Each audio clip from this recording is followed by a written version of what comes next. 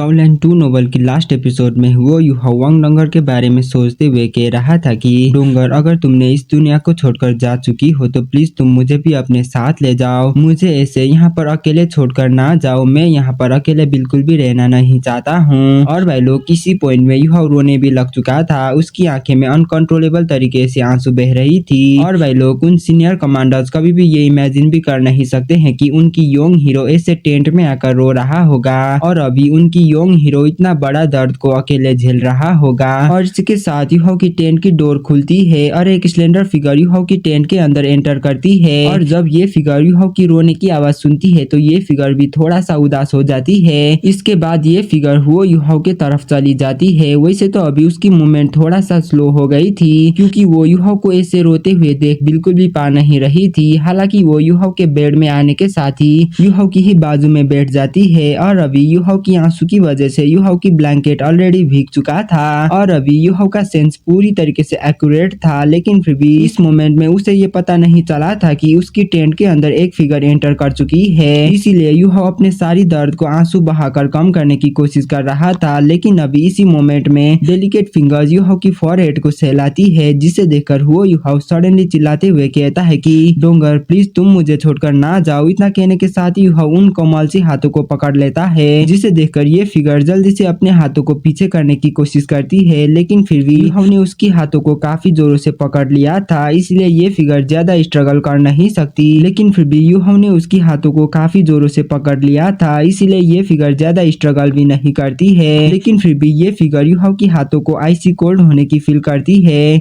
और अभी युहाओ की हाथों काफी ज्यादा ही ठंड हो गई थी, जैसे कि युहाओ की बॉडी से सभी गर्मी बाहर निकल गई हो। इसीलिए ये फिगर कहती है कि मुझे ये मत बताना कि हाउदुंग पाम को यूज करने के बाद ये हमेशा ऐसे ही सफर करता है। और भाई लोग, जब इस लेडी ने युहाओ की हाथों को पकड़ लिया था तो सरप्राइजिंगली युहाओ भी पूरी तरीके से शांत हो चुका था और अभी युहाओ ने रोना भी बंद कर दिया था। लेकिन वो अभी डोंगर के नाम को बार बार ले रहा था, हालांकि उसकी सभी दर्द धीरे धीरे करके गायब हो रही थी। फिर ये फिगर कहती है कि ये सच में काफी ज्यादा ही अनलकी एंड पिटीफुल पर्सन है। मैंने कभी भी ऐसा नहीं सोचा था कि कोई लड़के किसी को इतना ज्यादा प्यार कर सकता है। सच में इसकी प्यार मेरे फादर एंड मदर के साथ कंपेयर करने के लायक है। एक बारी मेरे फादर ने मुझे बताया था कि मेरी मदर ने मेरे फादर को बचाने के लिए खुद को सैक्रिफाइस कर दिया था, जिसकी वजह से मेरी फादर को भी काफी ज्यादा ही सफर करना पड़ा था। हालांकि इस लड़के ने अपने प्यार को किसी सॉल स्किल में क्यों बदला है? आखिर ये जाकर इसकी लवर को क्यों नहीं ढूंढ लेता? वैसे भी ये बंदा काफी ज्यादा ही फेमस हो चुका है, इसे इसकी लवर को ढूंढने में ज्यादा परेशानी भी नहीं होगी। ये फिगर तो ऐसे ही इन्हीं बातों के बारे में सोच रही थी। लेकिन युहाओ के टेंट के बाहर कोई बंदा छिपकर युहाओ की टेंट के तरफ देख रहा था। फिर वो एक स्माइल के साथ कहता है कि देखकर ऐसा लगता है कि अब मुझे युहाओ के लिए चिंता करने की कोई भी जरूरत नहीं है। वो काफी देर से बाहर नहीं आई है, पक्का से ही वो युहाओ की ख्याल रख रही होगी। इतना कहने के साथ ही ये फिगर बाहर निकल कर आता है, जहाँ पे हमें ये पता चलता है कि ये पर्सन और कोई नहीं बल्कि जू शानसी था।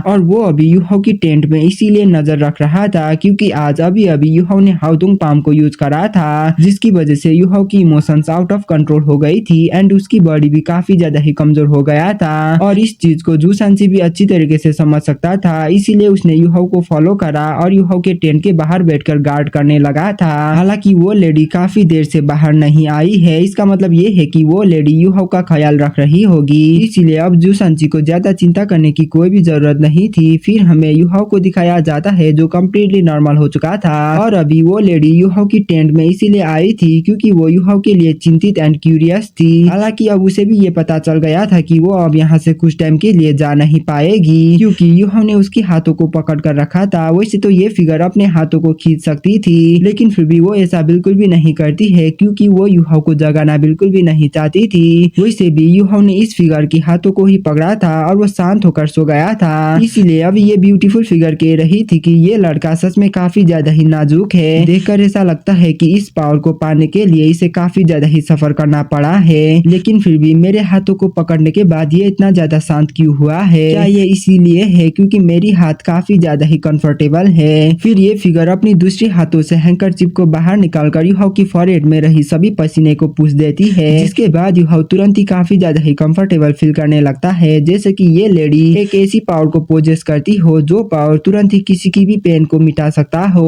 और इसी के साथ युहाओ की बॉडी धीरे धीरे करके गर्म होने लगता है, जिसके बाद युहाओ धीरे से उस लेडी की हाथों को पकड़ना बंद करता है और इस तरफ ये लेडी युहाओ की पसीने को पहुंचने के बाद वो अपने हैंकरचीफ को साइड में रख देती है, जिसके बाद वो युहाओ की बालों को सहलाने लगती है। फिर वो कहती है कि ये इतना ज्यादा बुरा भी नहीं दिखता है। इतना कहने के साथ ही ये लेडी अपने हाथों को धीरे से खींचती है और वो कहती है कि फाइनली अब मैं यहाँ से जा सकती हूँ। इतना कहने के साथ ही ये फिगर धीरे से खड़ी होकर टेंट से बाहर निकलने लगती है, लेकिन फिर ये फिगर एक और बारी युहाओ को पीछे मुड़कर देखती है, जहाँ पे युहाओ शांत होकर सो रहा था और वो अभी काफी ज्यादा ही कंफर्टेबल भी फील कर रहा था। फाइनली अब ये फिगर टेंट से बाहर आती है, लेकिन टेंट से बाहर आने से पहले वो कहती है कि पक्का सही ये लड़का जिस भी लड़की को प्यार करती है वो लड़की काफी ज्यादा ही लकी होगी। मैं ये उम्मीद करती हूँ कि ये लड़का इसकी लवर को जल्दी से ढूंढ पाए। मेरे फादर ने मुझे एक बार ये बताया था कि जो भी लड़का उसकी लवर को काफी ज्यादा ही प्यार करता है वो लड़का गुड बॉय होती है, इसीलिए गुड नाइट गुड बॉय। इतना कहने के साथ ही ये लेडी युहाओ की टेंट से बाहर निकल जाती है। फिर हमें पता चलता है कि ये लेडी और कोई नहीं बल्कि तांग उटोंग थी और अभी तांग उटोंग की फेस में एक वार्म सी स्माइल भी अपीयर हो गई थी और इसी के साथ सीन शिफ्ट होती है जहाँ पे सुबह हो गई थी, जहाँ पे युहाओ की फेस सनलाइट की वजह से ग्लो कर रहा था और जैसे ही युहाओ अपने आंखों को ओपन करता है तो वो थोड़ा सा शॉक्ड होता है और वो जल्दी से कहता है कि अरे नहीं, मैं ऑलरेडी ज्यादा ही लेट हो चुका हूँ और अभी तक मैं जागा भी नहीं हूँ। और भाई लोग अगर बात किया जाए तो युहाओ हमेशा इस टाइम में बेड में कल्टीवेट कर रहा होता, लेकिन आज वो अभी तक बेड से भी नहीं उठा था। युहाओ जल्दी से सारी बातों को याद करता है जो भी चीजें कल रात हुई थी। उसके बाद वो उसकी स्टोरेज रिंग में देखता है जहाँ पे 10 से भी ज्यादा एरियल सर्विलेंस सॉल्ट टूल थी। फिर युहाओ कहता है कि